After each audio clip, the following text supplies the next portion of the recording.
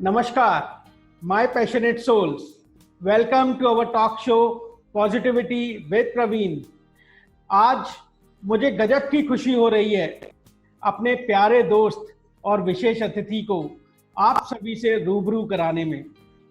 Multi talented personality जिन्होंने अपने जीवन में वो किया है जो हम और आप जैसे लाखों लोग करना चाहते हैं, पर बस उस डिसीजन से एक कदम की दूरी पर रह जाते हैं। जाने क्यों? आज हम उनसे सुनेंगे उन्होंने वो कैसे किया। एक बॉलीवुड एक्टर जिन्होंने कई movies, TV shows, web series में अपनी प्रतिभा की पहचान छोड़ी है, चाहे वो मिशन मंगल में न्यूज एंकर की भूमिका हो, टॉयलेट एक प्रेम कथा में अक्षय कुमार के साथी आधार का रोल हो, टीवी सीरियल शक्ति में Canada return loud mouth happy Singh का किरदार हो, या फिर हाल ही में रिलीज हुई वेब सीरीज मेंटलहुड में तिलोत्मा के हस्बैंड बिजनेसमैन गौरव खोसला का रोल हो। अपने 15 सालों के सफल कैरियर, जहां उन्होंने एचआर में ऊंची पदवी पे काम करते हुए इंटरनेशनल पोर्टफोलियो संभाले हैं, उसे छोड़कर अपने पैशन एक्टिंग को फुल टाइम प्रोफेशन कैसे बनाया। वह एक बेहतरीन लेखक भी हैं, एक कवि भी हैं, singer, dancer, voice over artist, HR consultant और ट्रेनर भी हैं। ऐसी मल्टी टैलेंटेड पर्सनालिटी और आपके बीच में मैं ज्यादा समय नहीं लूंगा। So my passionate souls, please join hands in welcoming the multi talented humble soul Saten Chaturvedi. Welcome Saten to our show. Thank you, Praveen. Saten, it is our pleasure to have you here today and we are extremely delighted. And before we start our conversation, we would like to show the glimpses of various roles and performances you have given.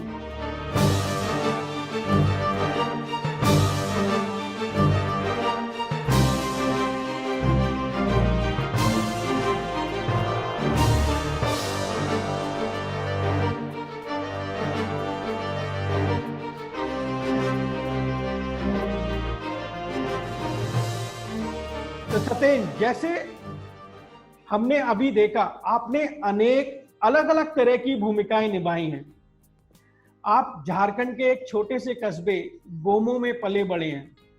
वहां से यहां तक का सफर कैसा रहा आपका?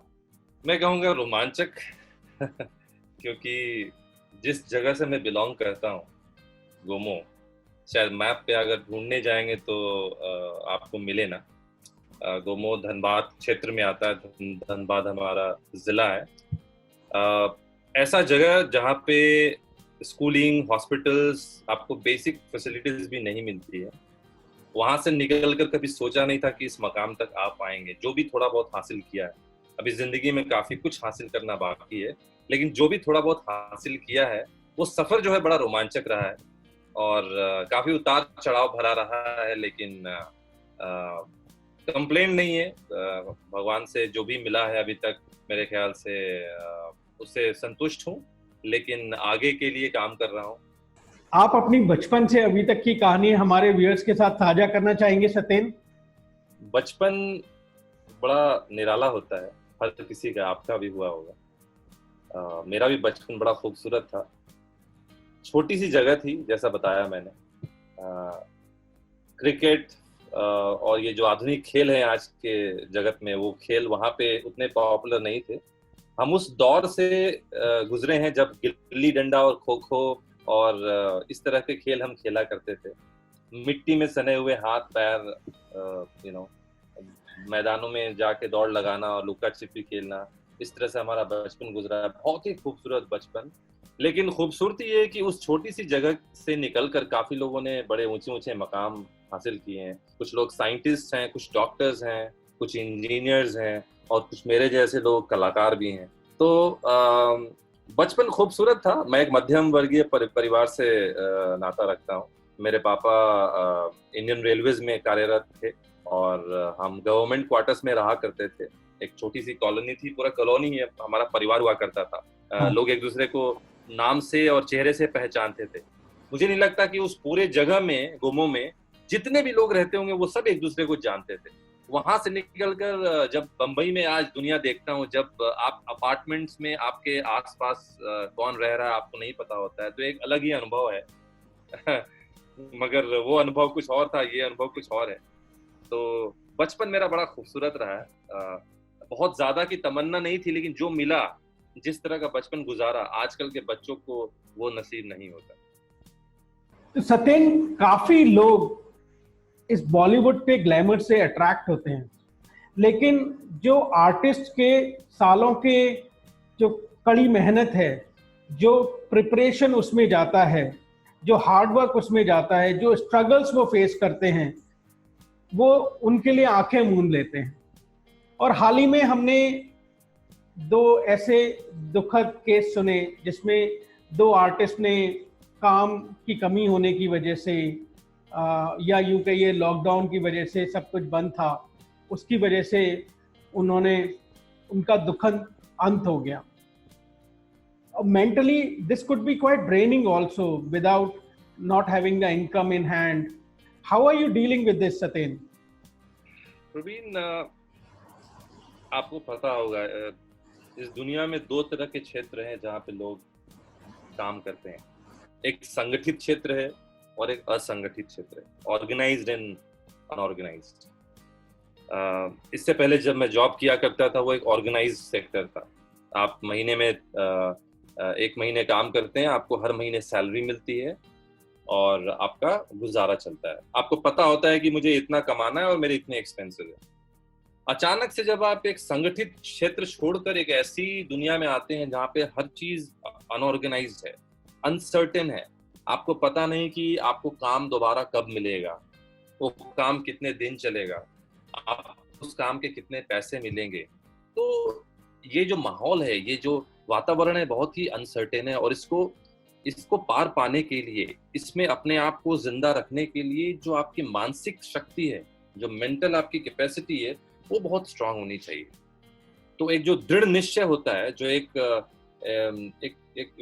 विचार मन में आता है कि चाहे जो हो, ये निर्णय मेरा है और मैं इस निर्णय से आगे बढ़ूंगा, ये निर्णय बहुत जरूरी है।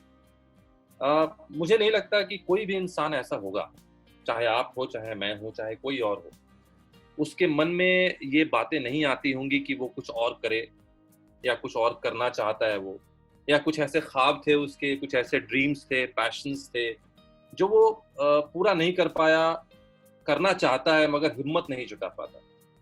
हिम्मत लोग खासकर इसलिए नहीं जुटा पाते क्योंकि वो एक ऐसे वातावरण में जो सेफ है, जो उनको एक सुरक्षा प्रदान करता है, कुछ भी अनसर्टेन नहीं है। अचानक से आप निकल के कहीं ऐसी जगह नहीं जाना चाहते जहां आपको पता नहीं कि आपके साथ क्या होगा, क्या आप सस्टेन कर पाएंगे, क्या आपकी इनकम बरकरार रहेगी, क्या आप अपने खर्चों को फिर भी संभाल पाएंगे। ये जो फिक्र है, चिंता है, ये जो सवाल है, ये सवाल इंसान को रोकते रहते हैं कि वो आगे नहीं बढ़ पाता, वो ऐसे निर्णय नहीं ले पाता जिसकी वजह से वो अपने सपनों को पूरा कर सके। तो मुझे लगता है कि ये एक सवाल हर इंसान के मन में है।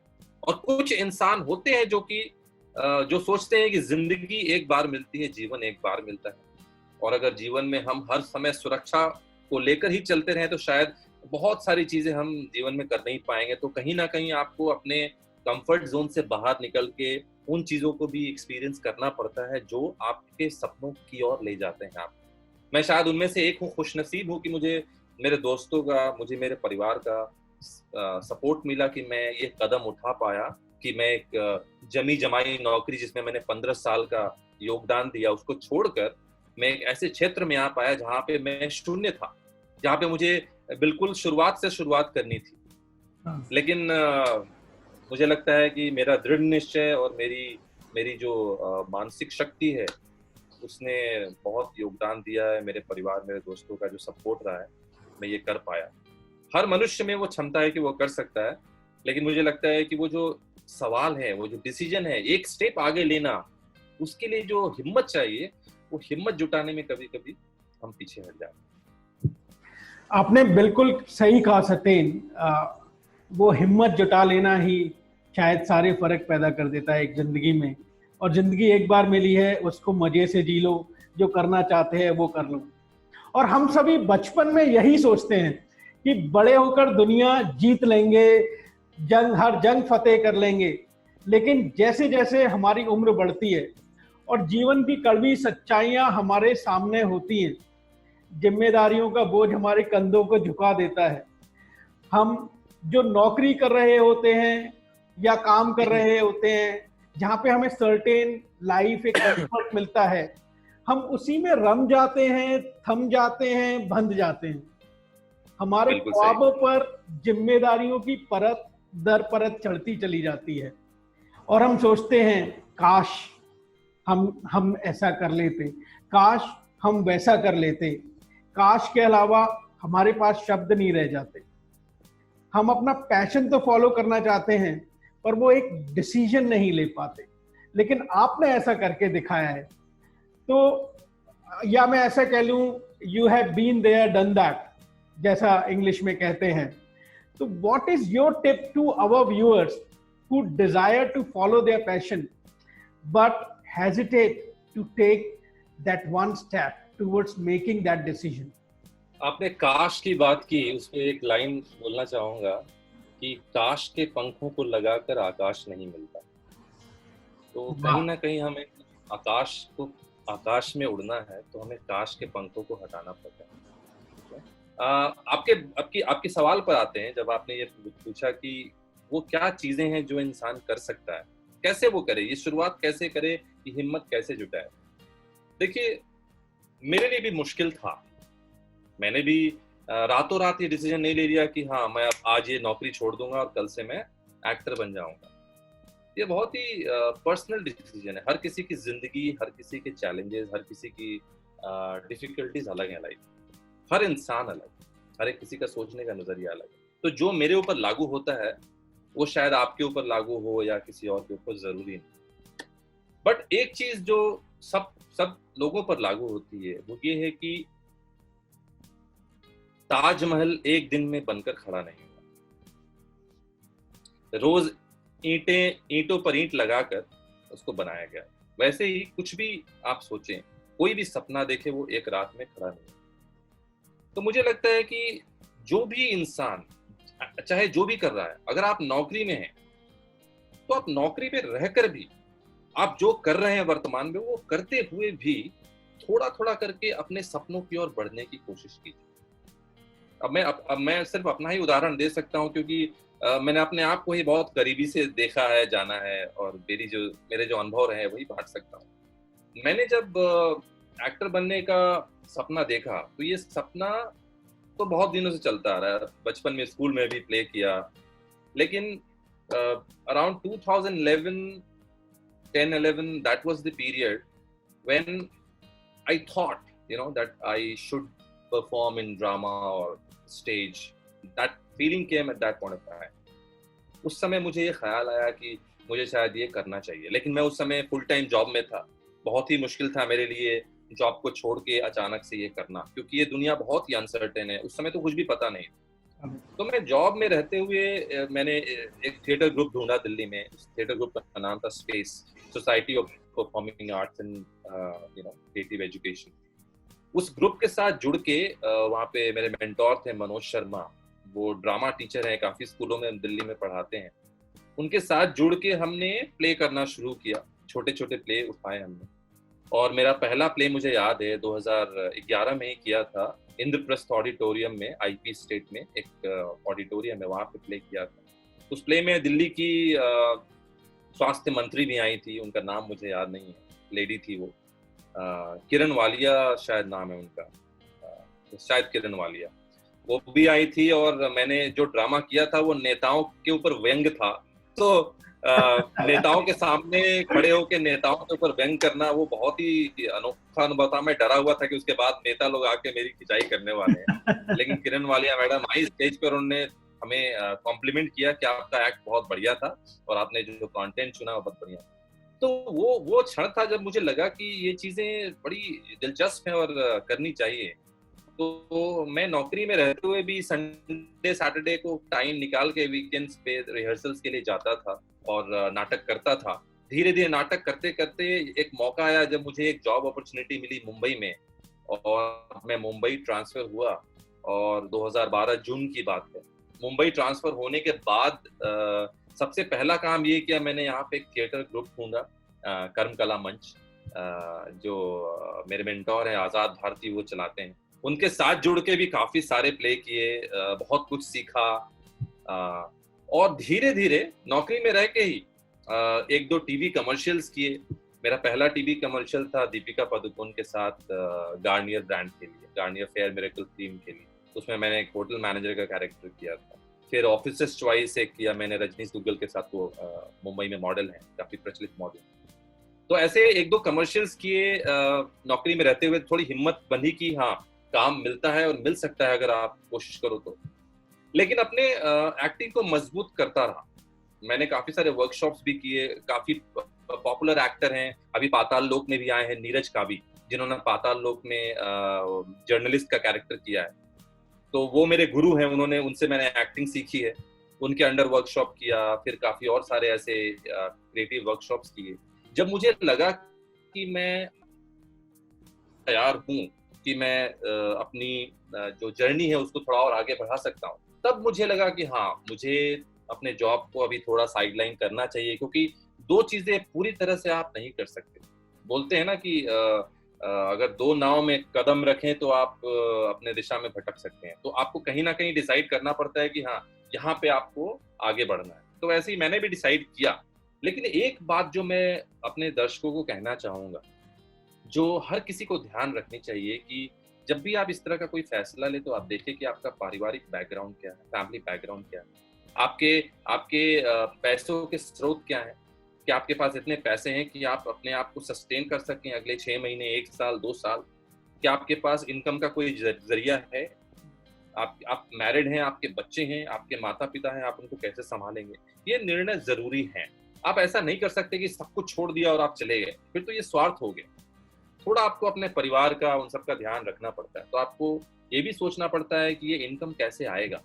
तो लोग काफी स्मार्ट भी हैं, मतलब स्मार्टली वो अपना आपने देखा होगा बहुत सारे एक्टर्स हैं जिनके होटल बिजनेस हैं, जिनके सैलून्स चलते हैं, ठीक है। और मेरी तरह जो लोग, मैं कंसल्टिंग अभी भी करता हूँ, फ्रीलांस कंसल्टेंट हूँ मैं HR। मैं काफी सारे लार्ज PSUs के साथ जुड़ा हुआ हूँ। BPCL भारत पेट्रोलियम मेरा क्लाइंट रह चुका है, नाल्को मेरा क्लाइंट रह चुका है। काफी बड़े बड़े कंपनीज के साथ मैं इस चीज पे काम करता हूँ। लेकिन हाँ, वो लिमिटेड है। वो मैंने इसलिए रखा है कि मेरा इनकम का सोर्स बंद ना हो, लेकिन मेरी प्राथमिकता मेरी एक्टिंग करियर है, क्योंकि उसके लिए मैंने सब कुछ छोड़ा है। वैसे ही हर इंसान को जो सोचता है कि मुझे एक नए फील्ड में कदम रखना है, उसे ये सोचना पड़ेगा कि ये बैकग्राउंड सपोर्ट कहाँ से है, और पूरी प्लानिंग है, काफी सोच समझ के इसमें आपको आगे बढ़ना है। आप बिना तैयारी के अगर किसी चीज पे हाथ लगाते हैं तो शायद मुझे नहीं लगता कि वो बहुत ही निर्णायक, बहुत ही समझदारी वाला कदम होगा। Satin, 2 takeaways, for people who are passionate and want to do something about their passion. One is, take one step, even if it is a baby step, every single day of your life.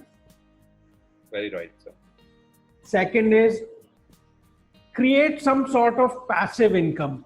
Create some sort of financial security, so that when you are going full-fledged about your passion, you're not worried about the financial security, what would happen if I don't earn for the next 6 months, 1 year or 2 years.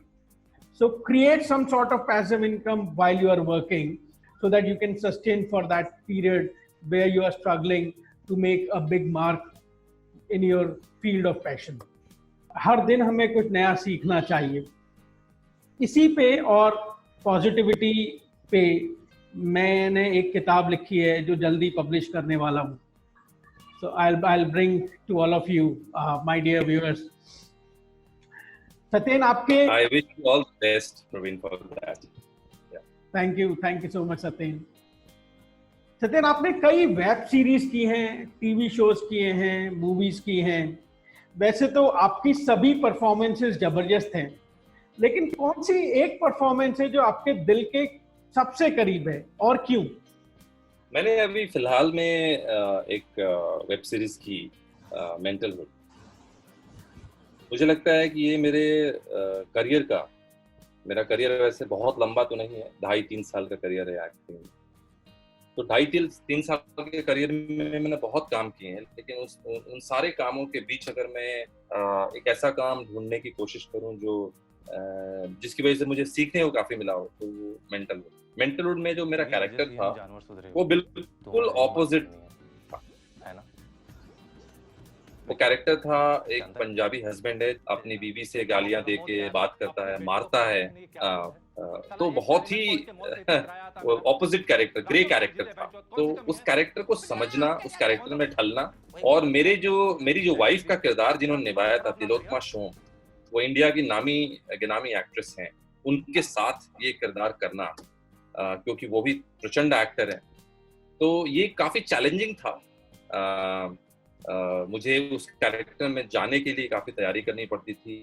मैं जब भी rehearsal set पे जाता था तो scene मुझे पहले भेज दिया जाता था, तो मैं लाइनें अपनी याद करके जाता था, और सेट पे मैं उस तरह के माहौल में रहता था कि मैं उस कैरेक्टर में जा सकूं, क्योंकि बहुत मुश्किल होता है आप अचानक से ऐसे चुटकी बजाए और उस कैरेक्टर में चले जाए।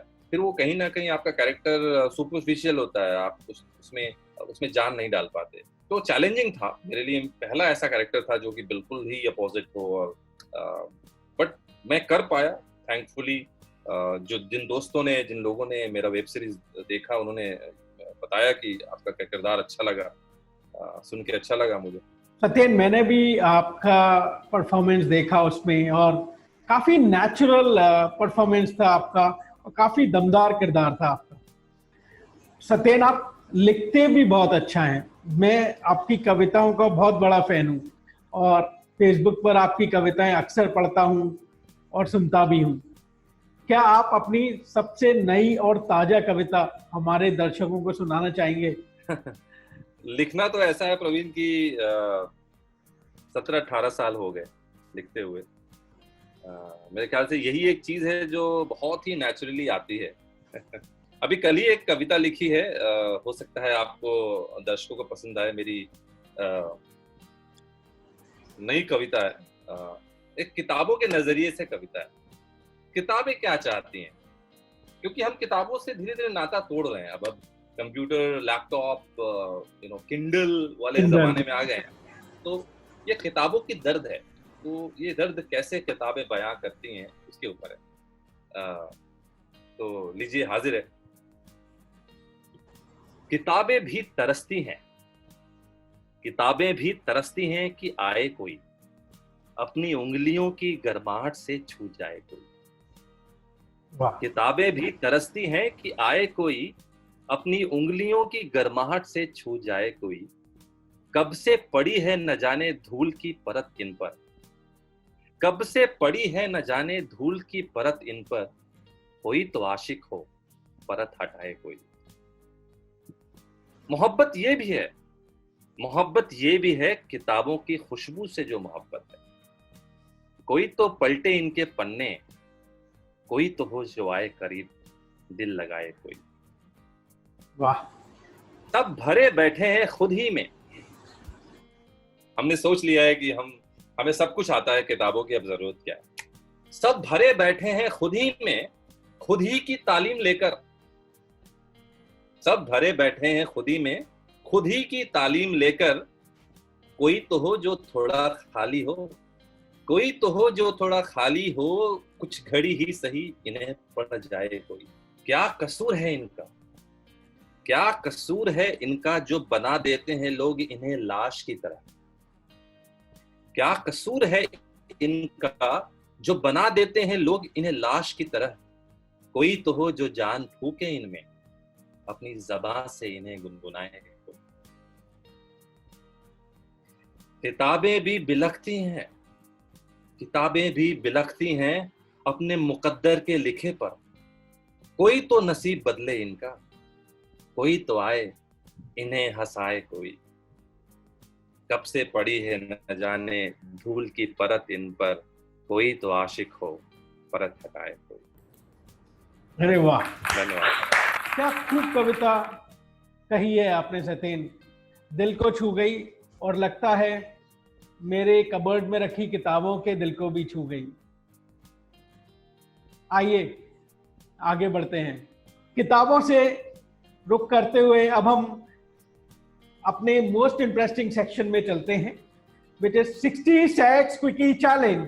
Saten, are you ready for the challenge? Yes, sir, ready. So here is the first question for you, Saten. आपका फेवरेट को स्टार कौन है? तिलोत्तमा सोम, काफी अच्छी एक्ट्रेस है। Favourite actor? Manoj Vajpayee. And favourite actress? Kareena Kapoor. What's your biggest gratitude in life? That I am happy despite of everything. आपका industry में कोई गॉडफादर है? No. आपकी जिंदगी में सबसे ज्यादा इन्फ्लुएंस किसका रहा है? पेरेंट्स का। आपने अपनी पहली कविता कब लिखी? 1 फरवरी 1999 को। मुझे याद भी है। और ये आखिरी सवाल, What would you do with your 15 minutes of fame? 15 minutes काफी कम है। मुझे नहीं लगता, क्योंकि इसको प्लान करना बड़ा मुश्किल है। मुझे लगता है जब आएगा तो उस समय मैं कैसा फील करूंगा उसके हिसाब से डिसाइड करना पड़ेगा। Thank you so much, Saten. This was an engaging and very insightful conversation with you. I hope the viewers love it. Thank you, and we had a wonderful time with you. Bye-bye. Thank you, Praveen. Thank you. Thank you very much. दोस्तों, आपको हमारा ये talk show और सतेन के साथ conversation पसंद आया हो तो हमारे चैनल को सब्सक्राइब कीजिए और बेल बटन को लाइक कीजिए। नमस्कार।